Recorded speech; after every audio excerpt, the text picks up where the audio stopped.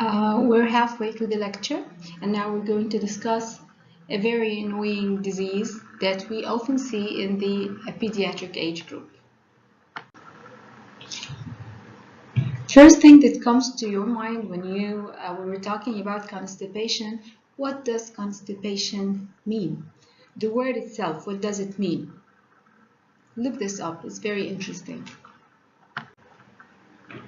Chronic constipation belongs to a group of gastrointestinal pathologies that are mainly caused by disturbance in the interaction between the gut and the brain that causes a disturbance in the gastrointestinal motility or movement.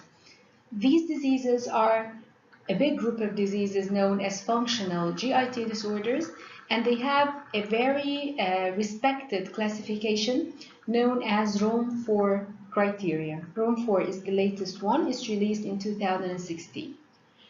To define childhood constipation, the child should have any two of these 6 symptoms for at least 1 month.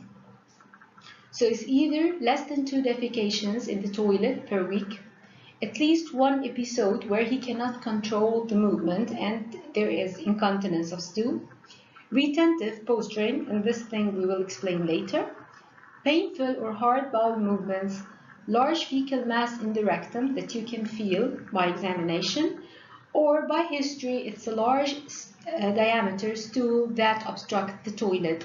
This is the definition of chronic constipation. Functional constipation is usually clear from the history and examination. It's very unlikely that you might need to run any test in order to help you to diagnose the case.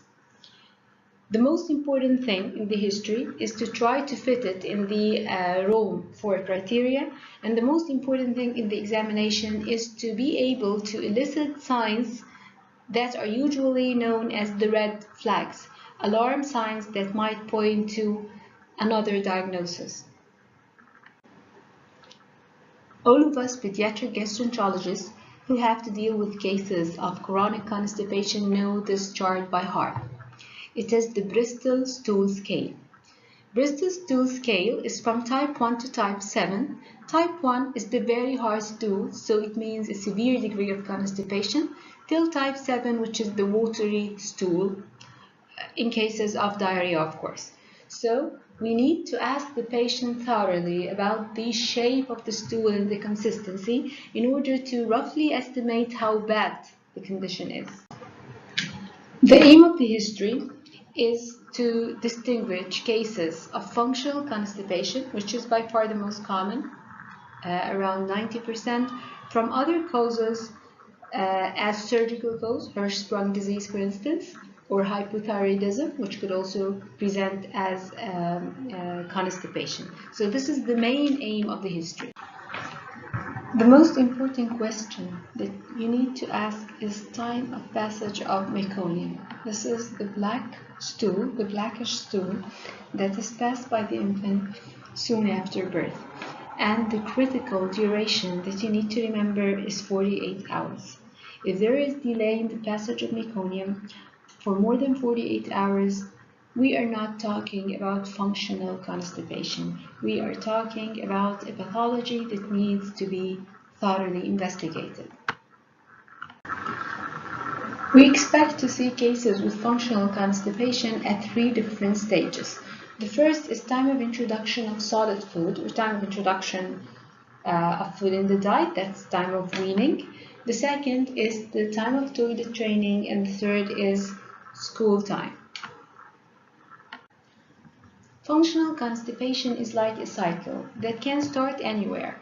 So we can start, for instance, with a child who's very reluctant to use the school toilet, or very busy playing with his games to go to the toilet. So the stools start accumulating in the colon, and the only function of the colon is to absorb water. So it keeps absorbing water from the stool. So the stool gets very hard and is very painful to defecate. And once the child feels the pain, so he usually refuses to defecate. So he's retaining more stool. So more stool are accumulating in the colon, more water absorption, so it's getting harder. is getting more painful and the cycle does not end. So in order to try and treat the constipation, we actually need to break the cycle. We can break the cycle anywhere.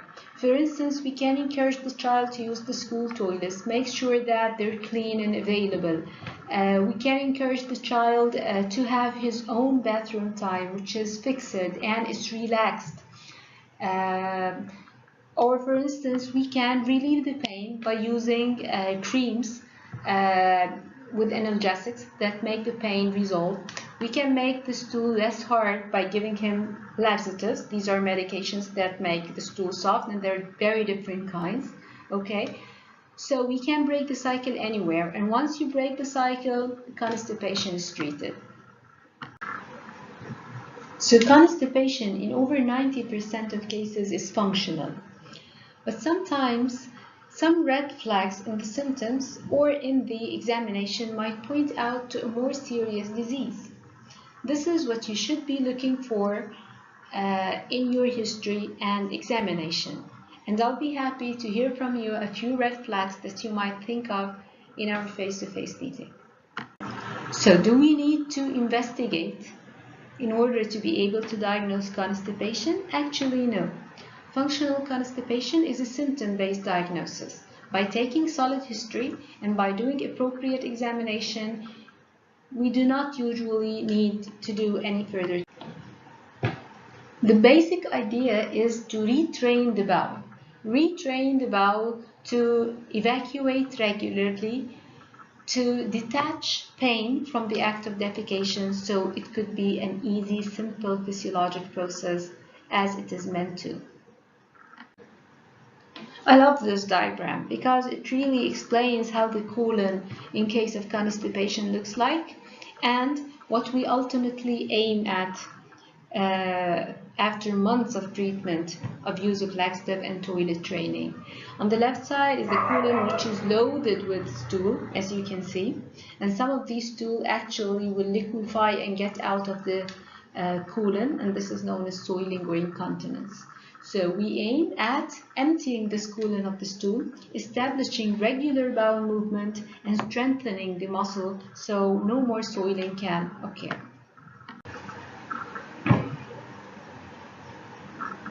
Treatment involves 4 main steps. The first is disinfection, and in this phase, we aim at giving very big doses of laxatives, aiming at emptying the colon from all stool loaded inside it for days or months before.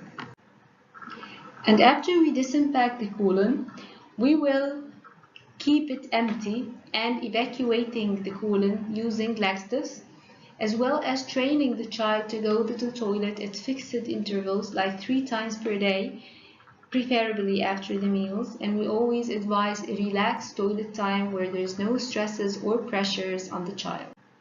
Of course, we need some dietary advice, including appropriate intake of fibers, of vegetables, fruits, and appropriate intake of water as well. And finally, after establishing regular bowel movements while on laxatives and after training the child and rewarding him for his good achievements and appropriate dietary advice, we are able to withdraw the laxatives. This usually takes around 6 months of treatment.